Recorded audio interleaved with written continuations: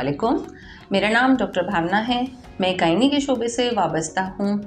वैसे तो गायनी में बहुत सारे इश्यूज़ होते हैं। जब से जिस दिन से बच्चा पैदा होता है, मतलब बच्ची पैदा होती है, उसके पैदा होने से लेकर उसकी बड़ी एज में जाने तक के गायनी में इतने सारे मसले मसाइल होते हैं जिन पे अगर हम लोग बात करने लग जाएंगे तो शायद महीने भी कम पड़ जाएंगे। तो हम बहुत ही एक कॉमन टॉपिक की तरफ आ जाते हैं जो है इनफर्टिलिटी। अभी रिसेंट जो रिसर्च की गई थी उसमें हमें ये पता चला है कि पाकिस्तान में इनफर्टिलिटी का रेशो 22% इसकी प्रेवलेंस हो रही है, जबकि दूसरे ममालिक में ये 10 to 12% है।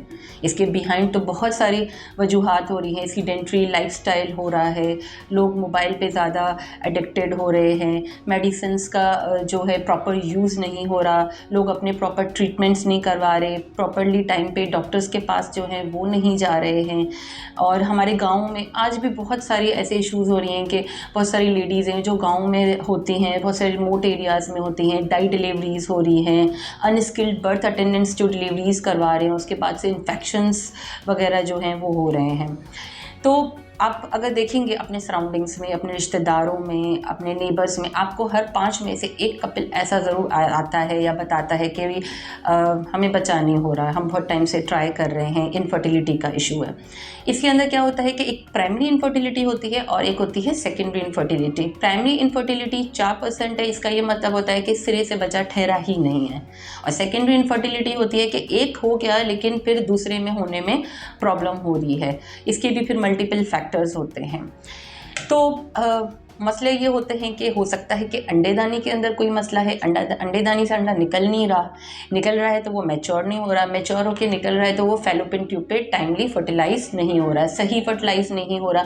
फर्टिलाइज होने के बाद उसको बच्चेदानी के अंदर आके इम्प्लांट होना होता है, फिर वो इम्प्लांट होने में उसको बहुत सारी प्रॉब्लम्स आ रही हैं। इम्प्लांट हो रहा है तो बार बार अबॉर्ट हो रहा है। तो इसके बिहाइंड बहुत सारे रीजंस होते हैं। हम एक कॉमन प्रॉब्लम के साथ बात करेंगे जो हमारे पास पेशेंट मोस्टली क्लिनिक्स पे आते हैं, गवर्नमेंट सेटअप्स में, टर्शरी केयर्स में, प्राइवेट हॉस्पिटल्स में आते हैं। एक मसला होता है जिसको आपने अक्सर करके नाम सुना होगा, पॉलीसिस्टिक ओवेरियन सिंड्रोम, जो कि ओवरी के अंदर छोटी छोटी सी रसोलियाँ हो जाती हैं। ये यंग एज में कॉमन होता है, रिप्रोडक्टिव एज में कॉमन होता है। अनमैरिड लड़कियां हमारे पास इस डिज़ीज़ के साथ प्रेजेंट करती हैं। तो जब आपके अल्ट्रासाउंड में ये रसोली आ जाती है छोटी सी, तो लोग बहुत घबरा जाते हैं, कहते हैं कि डॉक्टर साहब हमारे अल्ट्रासाउंड में जो है वो रसोली आ गई है। तो मैं आपको एक बात क्लियर कर लूँ कि रसोलियाँ जड़ वाली होती हैं, बगैर जड़ वाली होती हैं। ये रसोलियाँ हैं ना छोटी छोटी, इसके अंदर पानी की थैलियाँ होती हैं, जो होती तो वाकई में छोटी छोटी सी हैं पर ये काम बड़े बड़े करती है। अच्छा, पीसीओएस के अंदर जो है ना पेशेंट वो है हमारे पास प्रेजेंट करती है, वेट गेन के साथ आती है, उनका जो है एकदम से वज़न जो है बढ़ जाता है, उनको हिस्यूज़म होता है। हिस्यूज़म का मतलब होता है कि चेहरे पे, मूँछों वाली जगह पे, दाढ़ी वाली जगह पे गैर ज़रूरी बालों का आ जाना। ये गैर ज़रूरी बाल जो है जिस्म के किसी भी हिस्से में आ सकते हैं। और बाकी लड़कियां कभी कभार हमारे पास एक्नी प्रॉब्लम के साथ आती हैं, इसमें इर्रेगुलर साइकिल्स होते हैं, किसी को पीरियड्स बहुत ज़्यादा होते हैं, किसी को कम होते हैं, किसी को ये होता है कि 2-3 महीनों से पीरियड्स हो ही नहीं रहे। बाज़ औक़ात ऐसा होता है कि कपल्स, इस तरह के कपल्स हमारे पास क्लिनिक पे आते हैं जो मतलब हिस्ट्री देते हैं कि हमें बच्चा नहीं हो रहा। जब हम लोग इन्वेस्टिगेट करते हैं, सॉर्ट आउट करते हैं, तो उसमें इशू जो है ये पीसीओएस निकल के आता है। तब जाके उनको पता चलता है कि उनको पीसीओएस है। इसके अलावा उनको और कोई अलामत नहीं होती, हमारे पास इनफर्टिलिटी से प्रेजेंट करते हैं। तो कहने की ये बात ये है कि सबसे अच्छी बात ये है कि बहुत सारे कपल्स में ये इशू है, आजकल बहुत कॉमन है, लेकिन इसको टाइमली अगर इन्वेस्टिगेट किया जाए, टाइमली इसको ट्रीटमेंट दिया जाए तो हमारे पास 70% इसका सक्सेस रेट है। इसीलिए जैसे अगर पीसीओएस में हिर्स्यूज़म है तो इसके लिए भी हम मेडिसिन देते हैं, एक्नी को हम लोग ट्रीट करते हैं, इर्रेगुलर साइकिल्स के लिए हमारे पास मेडिसिन होती हैं। अगर जिन पेशेंट को कंसीव करना है उनको फिर हम लोग कंसीव करने के लिए क्लोमिफेन सिट्रेट देते हैं, जिनको हम समझाते हैं उनको किस तरह लेनी है और इनको कब कब इंटरकोर्स करना है।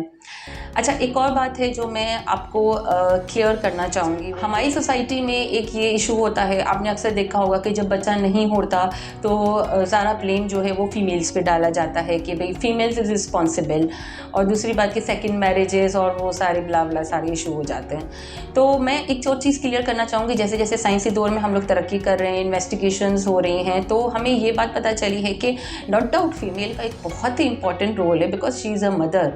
उसके अंडेदानी से निकलने तक, बच्चा होने तक, उसको वॉर्म में 9 महीने कैरी करने और डिलीवरी के बाद बच्चे की जो पूरी पैदाइश होती है उसमें माँ का डेफिनेटली बहुत रोल है। लेकिन अब ये इन्वेस्टिगेशन से ये बात जाहिर हुई है कि 60% कॉजेज़ जो हैं वो फीमेल रिलेटेड हैं, पर 40% कॉजेज़ मेल रिलेटेड भी हैं। तो बहुत सारी पेशेंट्स आती हैं, वो कहती हैं कि भाई हमारे खावन जो हैं वो इन्वेस्टिगेशन नहीं करवाना चाहते, तो आप उनको समझाएं, आप क्लियर करें। पहले हम लोग फीमेल्स इश्यूज़ जो हैं वो सॉर्ट आउट करेंगे, उसके बाद हम लोग मेल इश्यूज सॉर्ट आउट करेंगे।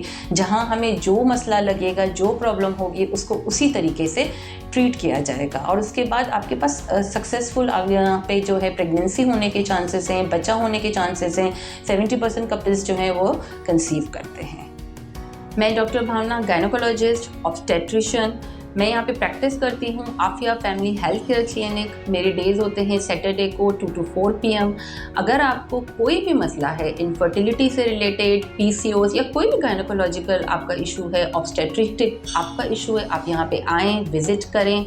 अगर इन केस आप यहाँ पे नहीं आ सकते तो आप नीचे दिए गए नंबर से वीडियो कंसल्टेशन बुक करवा सकते हैं। अगर आप रिमोट एरियाज़ में रहते हैं या बहुत दूर रहते हैं, हम यहाँ पे मौजूद हैं आपकी मदद के लिए, आपकी प्रॉब्लम को सॉल्व करने के लिए।